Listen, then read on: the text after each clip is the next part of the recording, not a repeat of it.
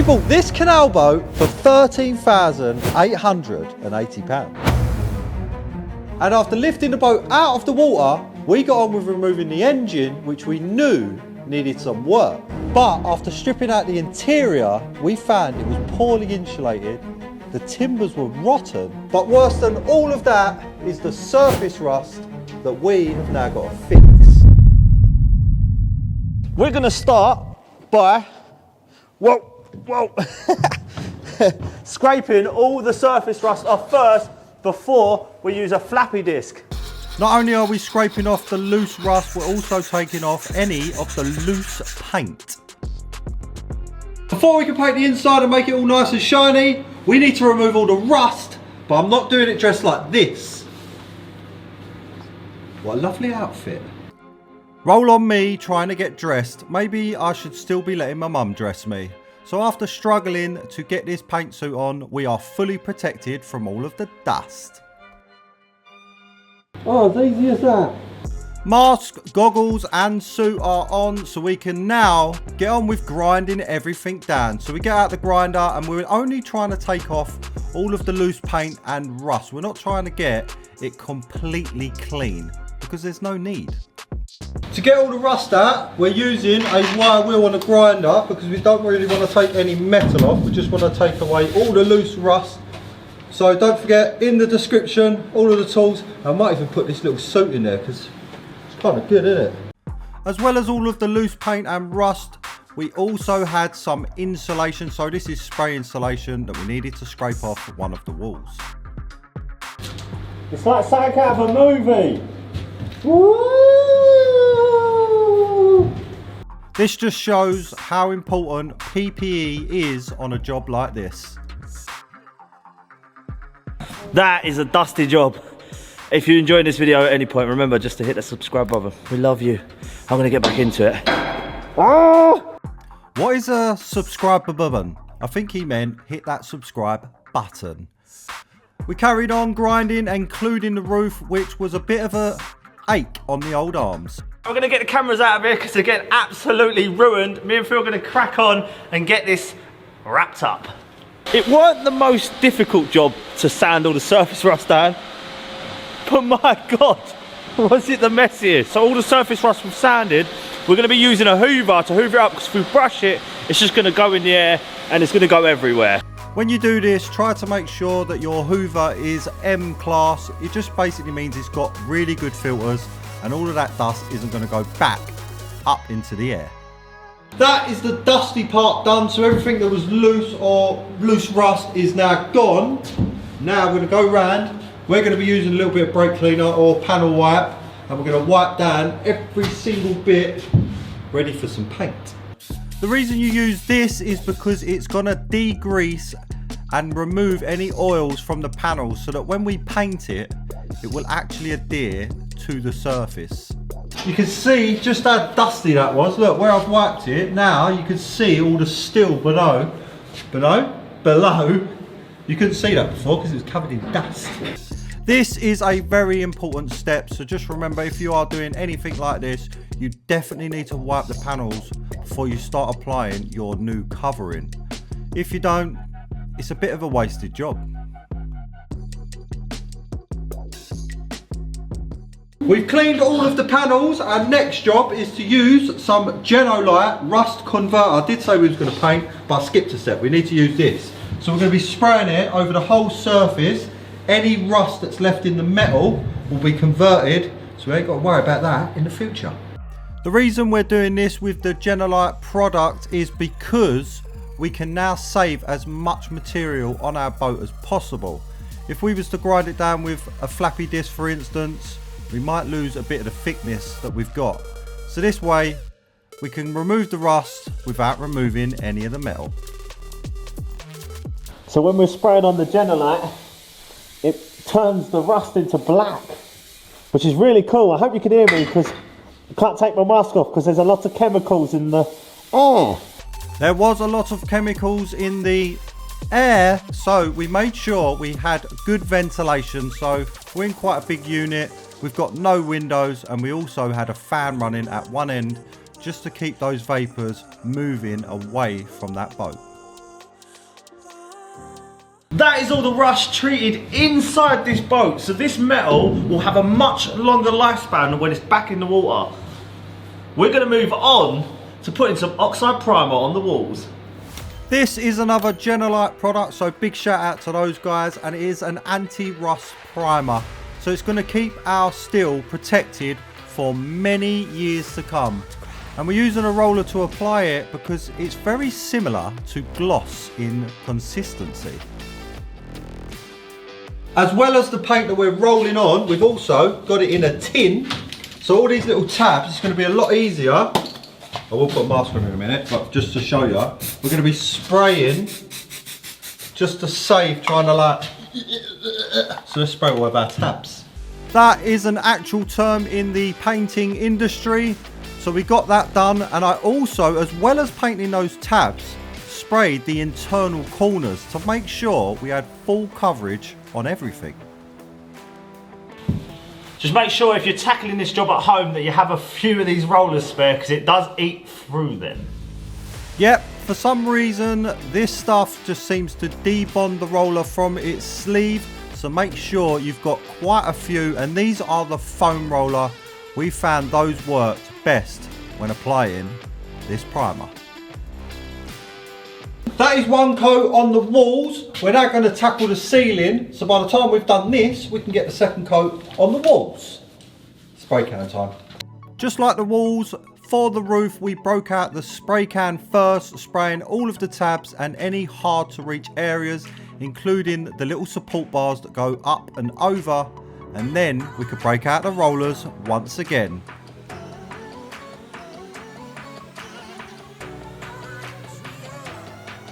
That's the first coat on everything done. Now we're going to do a second coat.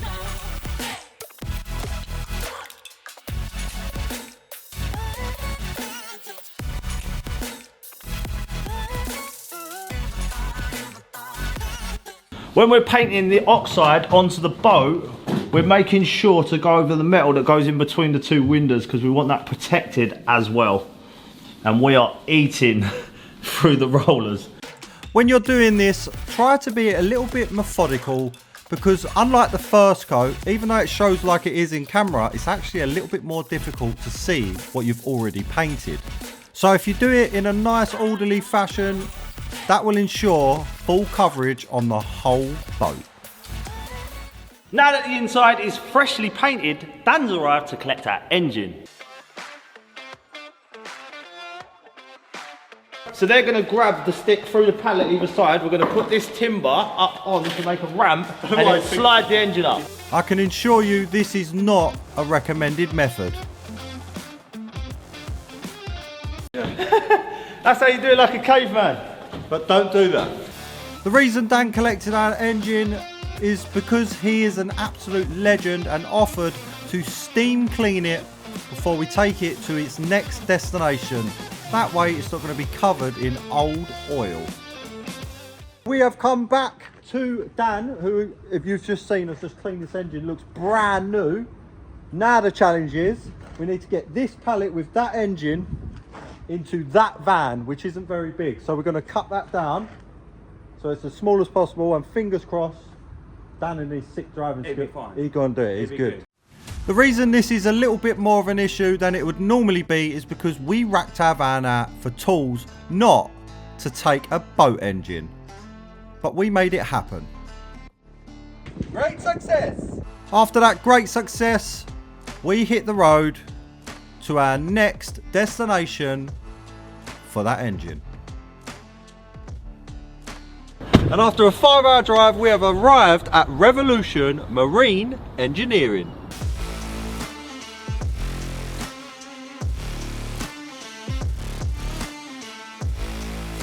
And the reason we're here is because these guys specialise in marine engines, and that's exactly what we've got.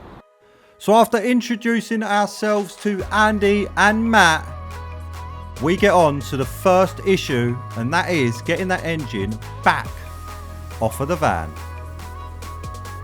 I think that looks good. With the straps on, we come up with using an engine hoist to lift it out of the van, which sounds easier than it is because we didn't really have the height. So we had to take the weight off the engine and then somehow slide the pallet out of the way just so that we could get that arm back out. So with a little bit of tinkering, we finally managed to get that engine off the van and then slid into the workshop.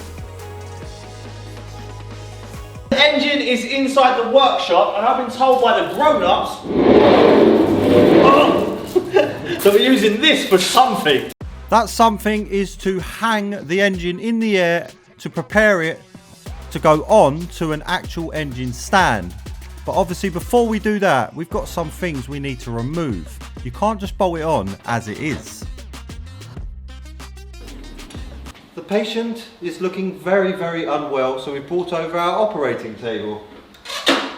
We should check for molars first. We didn't find any molars, but what we did find are the bolts that hold on the gearbox. Now that I have just unbolted all of these bolts on the gearbox, My life! we're going to remove that. The reason we're removing this is so that we've got somewhere to bolt the engine to the engine stand. Oh my god, that was so heavy. After taking the glory for removing the gearbox, we realised, well I didn't, they did, that it'd be a lot easier to remove the rest, so the flywheel and the little housing that sits on the outside. That way we could get a better fixing when we hang it onto the engine stand. And we also removed that starter motor. So I've just done a lot of hard work undoing all the bolts, as you would have just seen. I may have looked slightly different, but it's just the camera. And that, excuse me mate, that's not coming off. I was trying to do it discreetly, but now you're clearly telling me. I think we're just going to have to pass it back to the grown-ups again, so that they could get that housing removed. I like this organisation here. Look, everything's stacked neatly. Their working ethic was quality, so everything was stacked super neatly, and it was all done very methodically to make sure they didn't lose anything and they knew where everything was in the shop. So with all that stuff removed, we could finally get the engine on the stand. And that is the engine on the stand. And that means we can now get on with the full teardown. What are we doing first? We're going to get the fluids out. Well, there wasn't a lot of fluids in our engine to begin with, so that wasn't very difficult. Look at this engine. It's out of a Chinook helicopter. Look at that! That turbo, literally the whole camera lens will fit inside that turbo. Yeah, this is the one she told you not to worry about.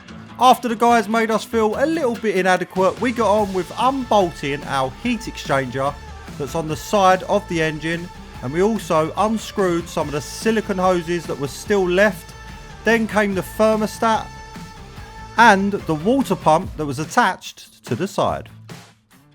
With those out of the way, we can move around to the front side to start removing the fuel injection side. So these things are kind of strange. They've got a fuel injection that runs off of a cam. So that's all of that piece there below that intake manifold. So they're super organised here, and I wanted to catch them because they actually label the bolts from the engine and stack them away, so none of them get lost. Why are you writing old engine? I mean, technically this engine is old. Before they remove any more from that diesel pump, it's time to remove the glow plugs and the injectors that sit on the side by the top. And he's also going to be removing the cam cover, which is that top piece there, and that's going to reveal the rockers, which he also gets removed.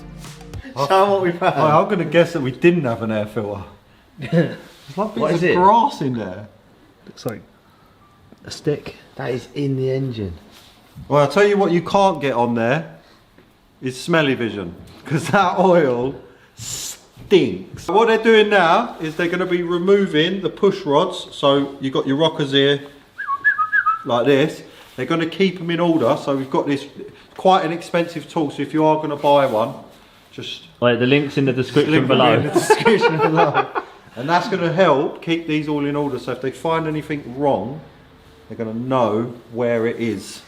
By tracking these, they're going to know where any damage was or came from, but they are actually getting replaced. With those stored carefully, we can get on with removing the head bolts so that we can remove the head itself. Oh no! You know it's smoky. I think we found the problem. So we've just found, well I don't, they did. One of our pistons is actually cracked all the way through. So if you come all the way over, look how bad that is. How did it even run? For those of you that don't know, that cylinder is made to hold compression. So without it, it just won't run properly. So now that it's cracked, it's not going to be able to hold any compression. So the engine basically works like this. Suck, squeeze, bang and blow. Now that you understand how it works, let's get all of those pistons removed because they're going to need to be replaced. What is it? It's a boy. Fortunately for us, even though we had a cracked piston, our crank and all of its bearings were in perfect condition. So this cracked piston is a bit of a phenomenon. With all of those out of our way, we can get on with removing the case on the side, and that's going to reveal our timing. So unlike most conventional engines in cars, these have gears rather than a belt or a chain, which I think is a lot better. Before they take any more off of this engine, I just want to show you, they've just double checked that all these marks, we've got 3, 3 and 3, 2, 2 and 2, 1, 1 and 1, and that is the timing.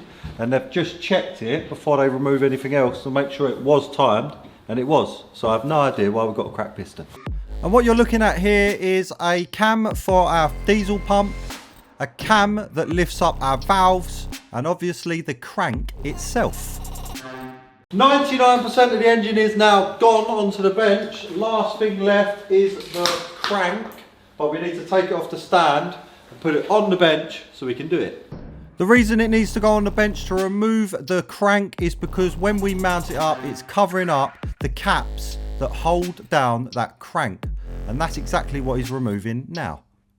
Fully stripped. We've fully stripped the engine and there are many parts. Lucky for us, it's Andy and Matt that know how to put it back together because I've kind of forgot already. That is everything stripped down. Some of this stuff needs to be sent off for machining. So for now, we're going to have to say goodbye and we'll cut back to the boat.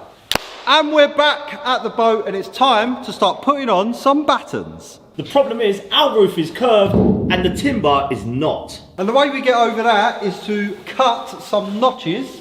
So we've cut through, but not all the way, into our timber, and that's going to allow us to flex up and into that roof. So we're going to cut 18 of these wibbly wobbly bits of wood.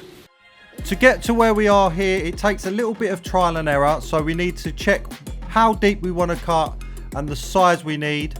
But once you've got one, you can just repeat that same piece over and over again, and that is literally what we did here. So we had one as a template, and then we just made copies for the rest. So are you going to sleep tonight? After making 6,000 cuts, we can start installing our battens. But unlike the original fit out, this time we're going to be adding a little bit of CT1 to the back. Oh, that's lovely. That's one. With the addition of the CT1, we know that these are going to be stuck for a very long time, and we haven't got to worry about any of the noise that the last ones were making. Because they only had screws and they were curved, they were quite rattly. So this is a lot better of a finish. That is the roof battens complete. Now it's time to move on and batten the walls, but a special guest has arrived. I'm Phil. Phil? No. It's me. He's the guest. Kev's turned up. Paint warrior. But we've got nothing for him to paint yet. Yeah, but I have got some woodwork, so don't worry, we're still going to make him do things. Kev's going to have to help us do some carpentry. So we've got to put some timber in from here down to here, and now we've got to find this angle. I've got my trusted angle finder. It's always in my... Your trusted... My trusted angle finder? Your trusted angle. Yes, mine. It's always in my pocket. Oh, okay. Put it on that curve there. Straight edge on both sections. Spin it round. Read the number. We want the single, which is 60. Which is 60. I think what Kev's trying to show you Yeah, exactly. is we're going to hold it flush to these and go down until we're touching. Can you wrap it to me? 1, 2, 3 into the 4. 1 noggin, 2 noggins. 3 noggin more. 3 noggins more. Now that Kev has done all the hard working out, I have set myself up a little stock block of the size we need. That way I haven't got to use a tape measure, just boom, boom, boom, boom, and we can get all of these pieces cut down. Like a lot of the battens on this boat, it's very much repeat, repeat, repeat. So if you can set yourself up some sort of stock block when you are making these, it's going to save you a lot of time. With everything cut, me and Kev are going to start installing them, and we're also going to add a little bit of CT1. Before they were just screwed, but just like the roof, we want to make them that little bit better. Not only do we want to restore this boat, we're trying to make it a lot better. So each step we take, we try and improve on what it had before. So the angles on the bottom, they weren't there, so we added those. And the adhesive we're adding is going to ensure it lasts for a long time. Just want to take a quick minute to thank Titanium. They do all sorts of custom toilets on trailers like this. You can tow it anywhere. So if you want to go and look at those, go check them out. Kev helped us for as long as he could, but obviously he's got a real job, so it was left down to me and Brad to finish off the battens. That's the bottom done. Now we're going to do the top. So we've got some that are going to go like that. Remember, we're leaving these along because we're going to sort that out after. You'll see why. And then we've also got the slightly narrower ones that are going to sit around our windows. The reason the ones near the windows are thinner is because the tabs were welded a little bit closer. That's the only reason. So we got them spun down and installed. Before Phil gets any more of them battens on, someone said that these kits of this type of boat, people build at home. Does anyone know if that's true? Have you done your research, Phil, or is that just someone put in the comments? I'm sure one of you are much more informed and can let us know in the comments. That is one side done. Now we're going to do this side, but before you watch that, make sure you go subscribe, like, and throw us a comment, because I do answer them, you know. Yep, you guys have been great for the tips and tricks on this restoration, so keep them coming. Last couple left. Before we put them on, someone has popped in, and you might have seen him in some old videos. Mark has come, and I'm going to make him do some work, because you know what we're like. So now that Mark's here, we're going to make him install the last of the battens on the front and back of this boat. Now that we've got all the new timber on, let's just have a look at how bad this looked before we changed it all. In the short time that we've had this boat, I think we've done quite a lot of work, and it's slowly becoming something that you would want to own. So the inside's slowly getting there. Obviously there's a lot more to do down below the floor, but this at least is a step in the right direction. Now, would it be a Home Improvements channel video if the A-Team weren't in it? Dan's company, A-Team Services, has been absolutely critical to this build, because with any refurbishment comes a lot of rubbish. So big shout out to those guys. That is all we've got time for in this one. Make sure you join us on the next one. I've had to trade Brad out because he is behind the camera, so you can do Brad's bit. You can do Brad's bit. Okay, love you, bye. No, the other one. Oh, don't forget to like and subscribe. See you later.